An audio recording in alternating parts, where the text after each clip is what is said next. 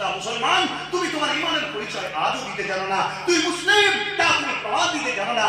শোনো, ভারতবর্ষের মাটিতে রাজস্থানের একটি তথ্য তোমাকে সামান্য তুলে ধরি। তুমি আছো কোথায়? আজকে ফিলিস্তিনের মুসলমানেরা আজকে বাইতুল আকসাকে রক্ষা করার জন্য হাজার হাজার মানুষ প্রতিদিন তারা শহীদ হচ্ছে। তারা এত কষ্ট, না আছে পানি, না আছে খাবার, না আছে ওষুধ, না আছে থাকার জায়গা, কিছু নেই।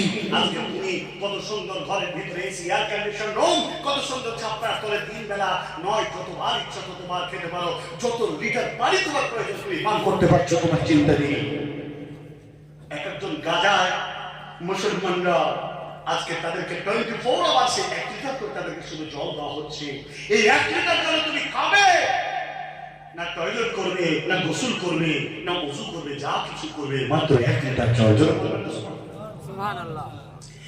আজকে মুসলমান আপনি আমি কত সুখে জিন্দেগি করতে আছি। মুসলমান মুমিনের পরিচয় এখনো পৃথিবীতে দিতে পারলাম না, আবার জান্নাতের আশা করি।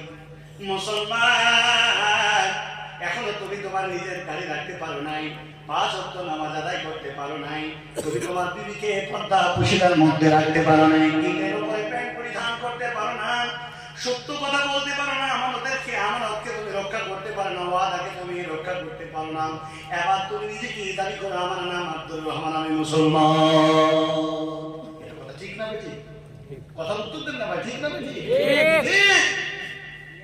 রাজস্থানের মাটিতে এই কোরআনুল কারীমকে সারা পৃথিবীর মানুষের জন্য হতে পারে, কিন্তু যারা ইসলাম কবুল করেছে, যাদের হৃদয়ে ঈমান আছে, এই কোরআন তাদের হৃদয়ের স্পন্দন। কথা ঠিক কিনা জোরে বলুন।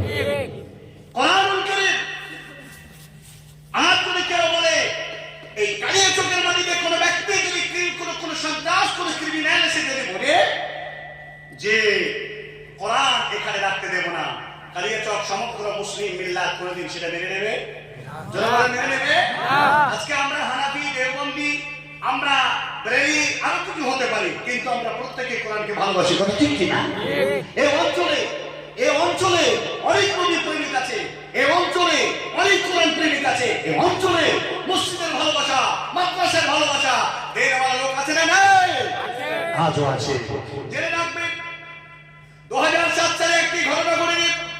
ভারতবর্ষের মুসলমানদেরকে নিয়েও এক শ্রেণীর সন্ত্রাসীরা বড় পাইতারা ছলচতুরি তারা শুরু করেছে। এই ছলচতুরি শুধু তোমরা নয়, আবু জাহাল, আবু লাহাব, উতবা, শাইবা, শুবা, মুগীরা, প্রত্যেকটা লোকেরাই তারা এই ছলচতুরি করেছিল। কিন্তু তারা ইসলামকে 1 মিনিটের জন্য, 1 সেকেন্ডের জন্য তারা ইসলামকে বুঝতে পারে নাই, বরঞ্চ সারা পৃথিবীতে ইসলাম বিকাশ করেছে। যারা বলেন আলহামদুলিল্লাহ। কোরআনুল কারীম তেলাওয়াত যখন করতে বিশ্বনবী আবু জাহাল, আবু লাহাব, উতবা, শাইবা এরা বিশ্বনবীর তেলাওয়াত তারা শুনতে পছন্দ করতে দিত না লোকেদেরকে। কিন্তু নবীজি যদি একবার কোরআনুল কারীম তেলাওয়াত করতেন তাহলে তারাও পর্যন্ত পাগলের মতো তারা দাঁড়িয়ে দাঁড়িয়ে শুনতো। দাঁড়িয়ে দাঁড়িয়ে শুনতে গিয়ে তারা পেছনে বসার সুযোগ ভুলে যেত। এই আবু জাহাল, আবু লাহাব, উতবা, শাইবা এরাও কোরআনের বিরোধিতা করেছিল। আল্লাহ তাবারক ওয়া তাআলা এই কোরআনুল কারীমের আয়াত দ্বারা মানুষদেরকে এই কথা জানিয়ে দিয়েছে, ইউরিদুনা লিইউতিউ নূরাল্লাহি বিআফওয়াহিহিম আল্লাহু মুতিম্মু নূরিহি ওয়ালাউ কারিহাল কাফিরুন। কোরআন পড়ি তোমরা শুনে নাও। আল্লাহ তাবারক ওয়া তাআলা এই নূরকে, কোরআনকে যারা মিটিয়ে দিতে চায়, বরঞ্চ জেনে রাখবে আমার নূর সারা পৃথিবীর উচ্চ শৃঙ্গে যেন এই নূরের পতাকা পথ করে চলবে, ওদের মুখের ফুৎকার দিয়ে দাঁড়িয়ে ভালো সম্ভব হবে না।